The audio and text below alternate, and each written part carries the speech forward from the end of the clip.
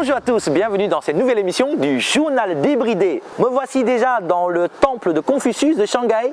Regardez autour de moi, ce cadre, il n'est pas magnifique? Évidemment, ça nous change un petit peu du quartier financier de Pudong, n'est-ce pas? Allez, sans plus tarder, on parle tout de suite des actus.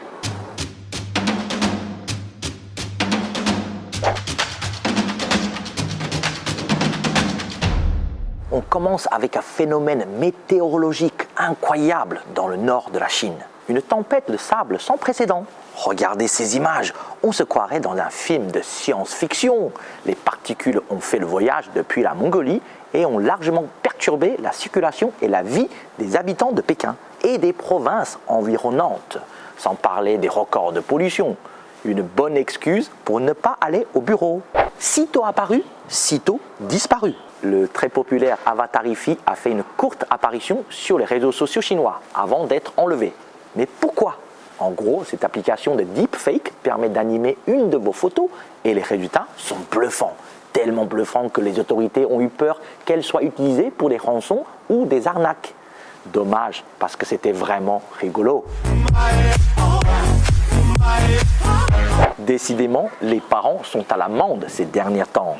Il y a quelques mois, on vous parlait d'un père en colère qui avait failli mettre le feu chez le voisin pour des devoirs pas faits. Cette fois-ci, un autre papa a failli mettre le feu à tout un champ pour donner une leçon à son fils. Ça partait d'une bonne intention. Le papa modèle, il a voulu se prendre pour Jamie dans C'est pas sorcier et faire une expérience grandeur nature. Il a voulu montrer comment la concentration des rayons du soleil pouvait créer assez de chaleur pour initier un feu. Ça a tellement bien marché qu'on a dû appeler les pompiers. Au feu les pompiers, il y a la maison qui brûle. Une nouvelle technologie pour remplacer vos yeux. Le Shandong Provincial Eye Hospital a annoncé que des cornets artificiels pourraient être utilisés d'ici juin 2021. Quand on sait que 20 millions de personnes souffrent de troubles de la vision en Chine, c'est une aubaine, car les dons de cornets sont rares. Cette technologie développée par la Chine n'est pas la première au monde, mais elle coûterait 10% moins cher, environ 5 000 $ seulement, que celle développée aux États-Unis. Dès que les frontières seront rouvertes, on imagine le tourisme médical se développer. Je vois ça d'ici, 15 jours en Chine, pour recouvrer la vue. Nous aussi, on a nos super productions de comédie musicale. Le show Li Bai a été acclamé à l'étranger. Mais ça parle de quoi? Ça parle d'un célèbre poète de la dynastie Tang. Les étudiants chinois, vous connaissez sûrement son poème Jing Ye Si. La raison de ce succès à l'étranger, c'est que le show a été mis en ligne. Il a déjà été vu plus de 5 millions de fois. Je vous laisse regarder quelques images, ça vaut le coup d'œil.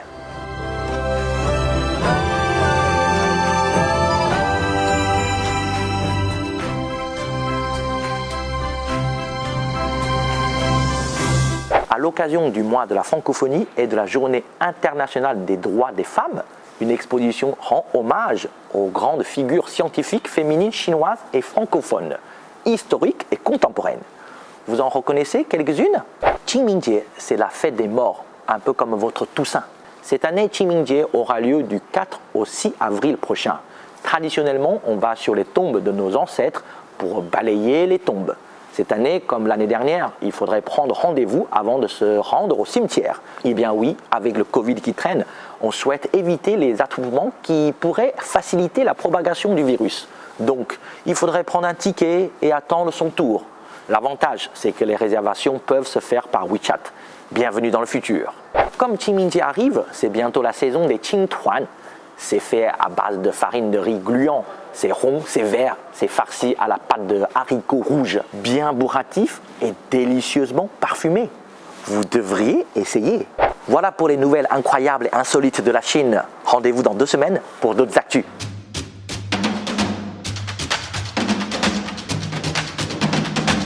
Les films tels que Qing Wumen, la fureur de vaincre, Meng Long Guojiang, la fureur du dragon, ça vous dit quelque chose? Bruce Lee, Jackie Chan, Jet Li, Tony Yen, vous avez forcément une préférence. Leurs films de kung-fu sont bien connus en Occident. Aujourd'hui, dans Zoom sur le net, je vous parle d'un autre genre, moins connu, mais lié tout de même aux arts martiaux chinois. C'est le wuxia. Wu signifie militaire, martial. Xia signifie chevalier, paladin, avec la notion de bienveillance, de quête de la justice. Initialement un genre littéraire, le wuxia s'est étendu au cinéma et aux séries. On le retrouve même dans les jeux vidéo. Ces œuvres de fiction se déroulent généralement à l'époque de la Chine ancienne.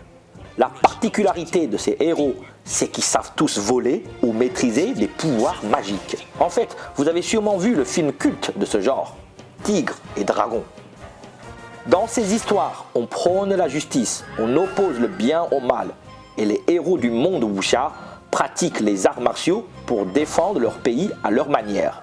L'un des grands maîtres romanciers du wuxia s'appelle Qin Yong, Louis Cha en anglais. Ces 14 romans ont été écrits entre 1955 et 1972 et ont été vendus à plus de 30 millions d'exemplaires. Tous ont été adaptés en film ou en série. Toutes les générations ont vu ces séries, comme La légende du héros chasseur d'aigle, She Diao Yinxiong Zhuan, et Demi-dieu et semi-démon, Tianlong Babu. Durant les années 80 et 90, ces séries et films occupaient une place importante sur les écrans. Mais avec le développement et le changement des programmes de divertissement, ce type de série a commencé à perdre une grande audience dès les années 2000. À cause des remakes de qualité très médiocre, les séries wuxia sont tombées en disgrâce auprès de la jeune génération. Mais en 2006, la série Wuling Waizhuan, My Own Swordsman en anglais, Mon propre escrimeur en français, a su renouveler le genre sous forme de comédie, montrant la vie moderne dans l'histoire. Après une longue période de répit, en février 2021, la série Shan Heling, Word of Honor, mot d'honneur, a suscité de nouveau un immense intérêt sur les réseaux sociaux chinois. Combinant l'esthétique du public chinois d'aujourd'hui et la tradition des arts martiaux style wuxia, la série occupe à nouveau le marché sur les plateformes en ligne. Il a regagné non seulement l'amour d'un grand nombre de jeunes Chinois, mais a également reçu les éloges du public étranger, comme en Thaïlande, en Russie et en Espagne. Car la série est même visible sur YouTube avec des sous-titres en anglais. Contrairement aux œuvres plus classiques, cette série montre le côté fragile des héros et cela correspond sûrement au goût du jeune public de la société actuelle. La notion de wu, martial, pourrait progressivement s'éloigner de la vie quotidienne avec le changement de la société. Mais la notion de xia, chevalier, restera toujours l'un des noyaux spirituels majeurs pour le public chinois.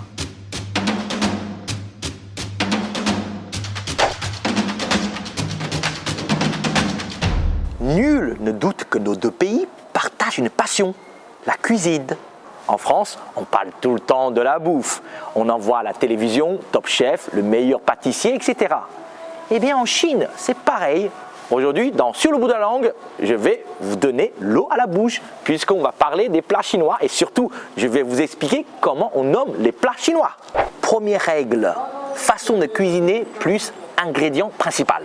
Exemple, qingzhen lu yu, qingzhen, cuit à la vapeur, lu yu, un poisson qui ressemble au bar. Ça colle parfaitement avec la façon de cuisiner et avec l'ingrédient principal. C'est sûrement l'appellation la plus utilisée. Deuxième règle, ingrédient principal 1 plus façon de cuisiner plus ingrédient principal 2. Cette façon de donner le nom est une extension de la première règle, car il s'agit des deux ingrédients les plus importants. Le nom est donc divisé en 3 parties. Exemple, le fameux Xihongshi chao jidan. Xihongshi, tomate, chao, sauté, jidan, œuf. Ça, c'est un grand classique, les tomates sautées aux œufs brouillés. Un autre exemple, xiaoji dun mogu. Xiaoji, petit poulet, dun, mijoté, mogu, champignon. C'est un plat de la cuisine du nord-est. Troisième règle, ingrédient principal 1 plus ingrédient principal 2. Le type de cuisson n'est pas vraiment pris en compte cette fois-ci. C'est seulement les ingrédients de base qui sont retenus pour cette troisième règle. Exemple, rou mo qiezi, rou mo, viande hachée, et qiezi, aubergine. Quatrième règle, nom d'un personnage connu plus ingrédient principal. Certains plats de la cuisine chinoise sont liés à certaines personnalités historiques. Par exemple, Dong Po rou, Dong Po plus porc. Su Dongpo est un homme politique et poète de la dynastie des Song du Nord. Selon la légende, il a amélioré la recette traditionnelle en braisant d'abord la poitrine de porc, puis en y ajoutant du vin fermenté. Cela donna de la viande rouge braisée. Aujourd'hui, le porc tongpro fait partie des plus célèbres spécialités culinaires de Hangzhou. Un autre exemple, Ma Po Tofu, un des plats les plus connus de la cuisine du Sichuan. En fait, Ma Po, selon encore une légende, c'était une dame avec plein de taches de rousseur. Tofu, c'est le tofu, comme le prononcent certains Français. Cinquième règle, lieu plus ingrédient principal. Cette dénomination reflète les caractéristiques régionales puisque la préparation de certains plats nécessite des ingrédients typiques qui ne se trouvent que dans certains endroits, dans certaines provinces. La ville d'origine est mise en évidence dans la dénomination, même si de nos jours, ces plats peuvent être savourés partout dans le monde. Ils portent toujours le nom de leur lieu d'origine. Le meilleur exemple, Hainanji, Hainan poulet. Le poulet hainanais est bouilli entier avec des os de porc et de poulet, préparé selon une recette traditionnelle hainanaise. Ce plat se trouve facilement aujourd'hui aussi en Thaïlande, à Singapour et en Malaisie. Sixième règle, la forme plus ingrédient principal. La cuisine chinoise n'accorde pas seulement de l'attention à la couleur, à la saveur et au goût, mais attache également une grande importance à la forme des plats. Dans la dénomination de certains plats, la représentation même du plat est utilisée comme base pour la dénomination. Exemple, Hupi Qingjiao. Hupi, peau de tigre. Qingjiao, poivron vert. Le poivron vert à peau de tigre, une spécialité de la cuisine du Sichuan, est appelée ainsi car la peau du poivron vert ressemble à une peau de tigre après sa préparation. Moi, personnellement, je trouve ça un peu exagéré. Mais bon, pourquoi pas? Parfois, ça arrive qu'on donne juste le nom de la forme, sans la matière. Exemple, Shizi Tou, Shizi, lion, Tou, tête. La tête de lion, c'est quoi? En fait, il s'agit d'une grosse boulette de viande de porc. Septième règle, la saveur plus ingrédient principal. Cette dénomination est basée sur le goût du plat. Épicé, amer, pimenté, sucré ou aigre doux, etc. Parmi les principales cuisines, la cuisine du Sichuan est particulièrement riche en saveurs, avec des dizaines de subdivisions. Exemple, Tangzhu Paigu, Tangzhu, sucre et vinaigre, Paigu, travers de porc. En français, ça donne travers de porc à la sauce aigre douce. Un autre exemple, Yu Xiang Rou Si, Yu Xiang, arôme de poisson, Rou Si, émincé de porc. Émincé de porc au parfum de poisson. Huitième règle, les noms légendaires. Parfois, on entend un nom et on ne sait pas du tout de quoi il s'agit. Exemple, Fo Tiao Qiang, Bouddha saute par-dessus le mur. C'est une spécialité de la province du Fujian. En gros, le plat est supposé amener des moines bouddhistes à grimper le mur afin de pouvoir le goûter. Cette soupe requiert une trentaine d'ingrédients et 1 à 2 jours de préparation. Pour finir, Ma Yi Shangshu, les fourmis grimpant dans un arbre. Qu'est-ce que c'est? En fait, c'est juste des vermicelles sautées avec des émincés de porc. Voilà, vous avez compris les 8 règles principales. Évidemment, il y a sûrement encore d'autres façons de nommer les plats. Je suis sûr que vous avez d'autres exemples à nous donner ou des traductions en anglais rigolotes. N'hésitez pas à les partager dans les commentaires. Et maintenant, j'ai une faim de loup et je vais vous emmener dans la tour de Shanghai, là-bas, pour l'invité mystère. A plus!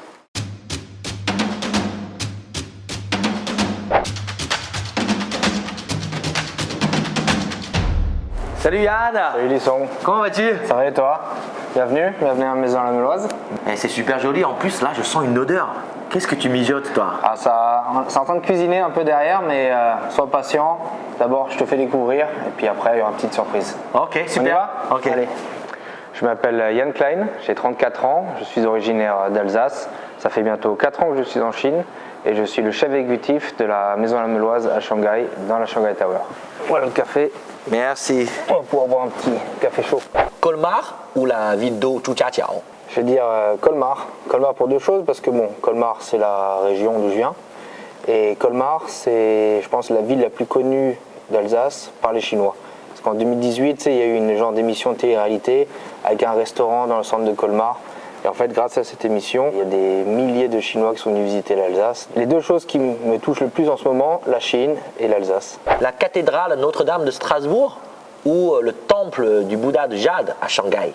On va dire le temple de Bouddha de Jade à Shanghai, parce que c'est l'un des premiers temples que j'ai visité en arrivant à Shanghai.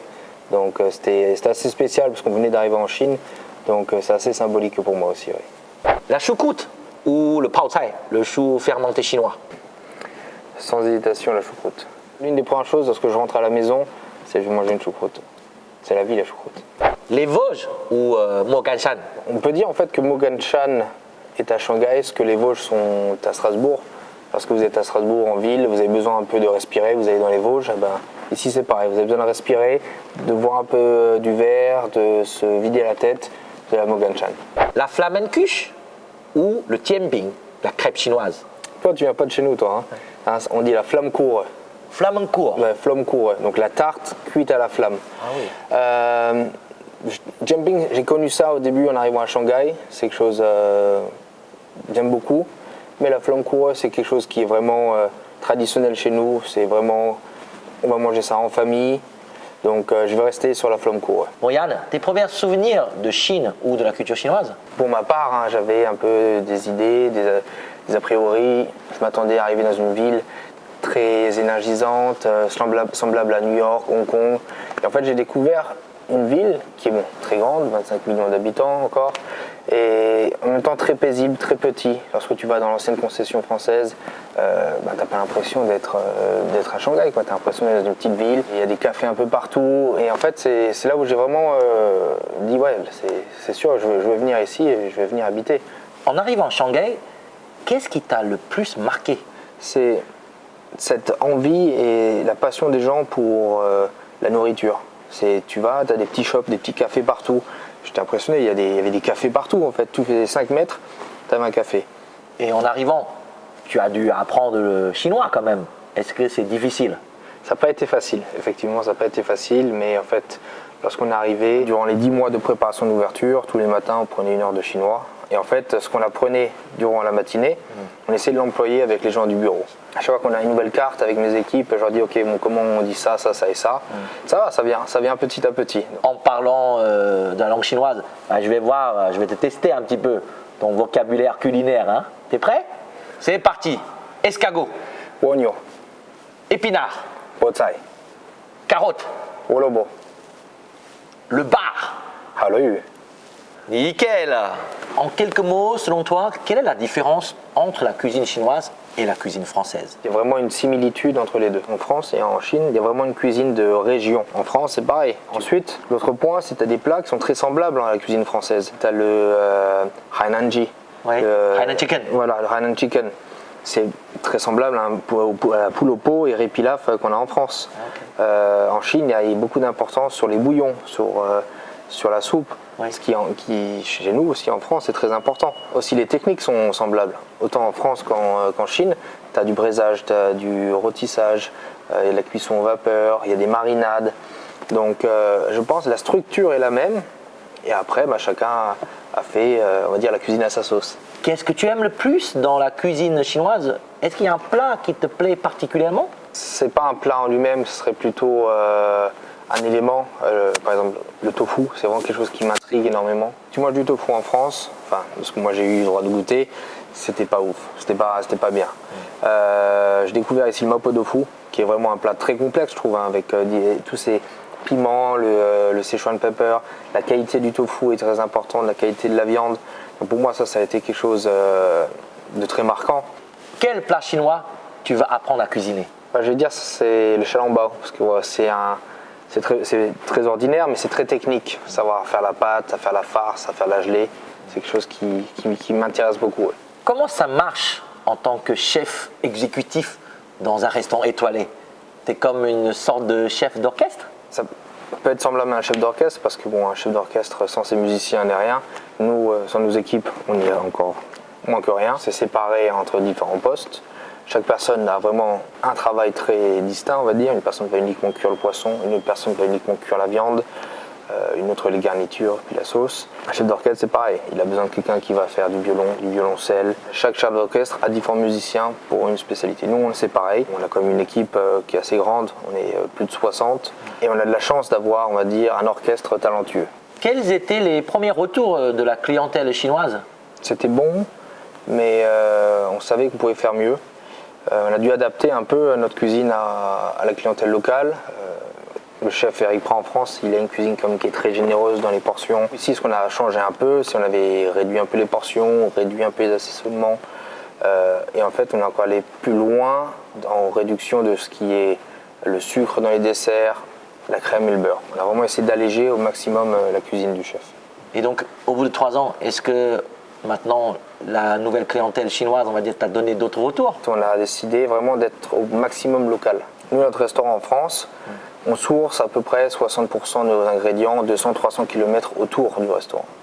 On a voulu faire pareil ici. Bon, on ne peut pas se focaliser sur Shanghai, mais on a décidé de se focaliser au maximum sur la Chine.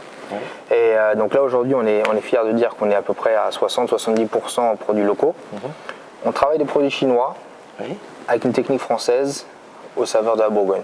Ils n'ont pas l'habitude, en fait, en Chine, de manger des produits chinois travaillés à la façon française. Parce que bon, on ne fait pas de fusion, on reste français, hein, on fait nos sauces, on a une cuisine très française. C'est un mariage. Voilà, c'est un mariage, exactement.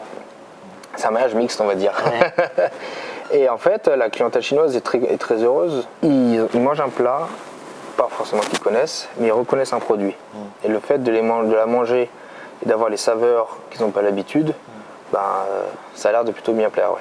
Bon, en parlant de mariage entre produits chinois et cuisine française, tu te rappelles tout à l'heure quand tu es arrivé, tu avais senti quelque chose dans l'entrée? Ouais, bien sûr, ça sentait bon. Hein. Voilà. Là, ça te dirait de jouer le commis avec moi? Bien sûr, avec plaisir. Donc, comme ça, on va les cuisiner un peu et puis je vais te montrer un nouveau plat qui marie produits chinois et produits français. Parfait. Allez, allons-y. Ok. Ce qui est important, c'est vraiment de sourcer les meilleurs ingrédients en Chine et après les travailler à la française. Donc là, on a un plat en fait où on mixe les escargots, qui est vraiment bourguignon, et le bambou. Tout ça, on va le servir avec un bouillon d'escargot aromatisé à la réglisse. Ok. Très bien. On y va? Ouais, bien sûr. Allez, c'est parti.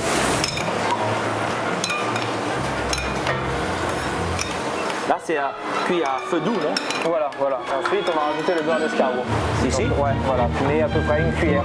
Une cuillère. Voilà. Et je mélange. Voilà, tu mélanges. Ok, donc ça, cette préparation-là est déjà prête.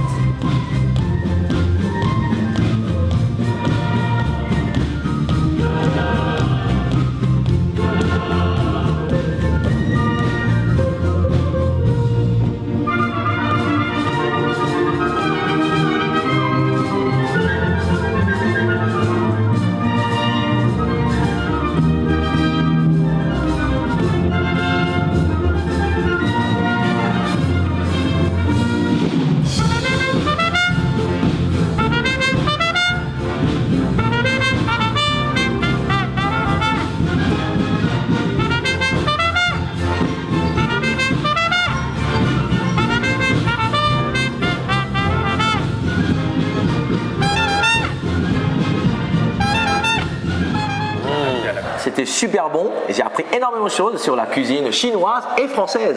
Merci à toi, c'était un réel plaisir, un bon moment d'échange. Et puis s'il y a des fans qui veulent absolument te rencontrer, il faut qu'ils viennent te voir ici, non? Voilà, je suis là, à Maison La Meloise, Shanghai, 68e étage de la Shanghai Tower. Allez, à bientôt. Très bientôt. Salut. Merci, ciao.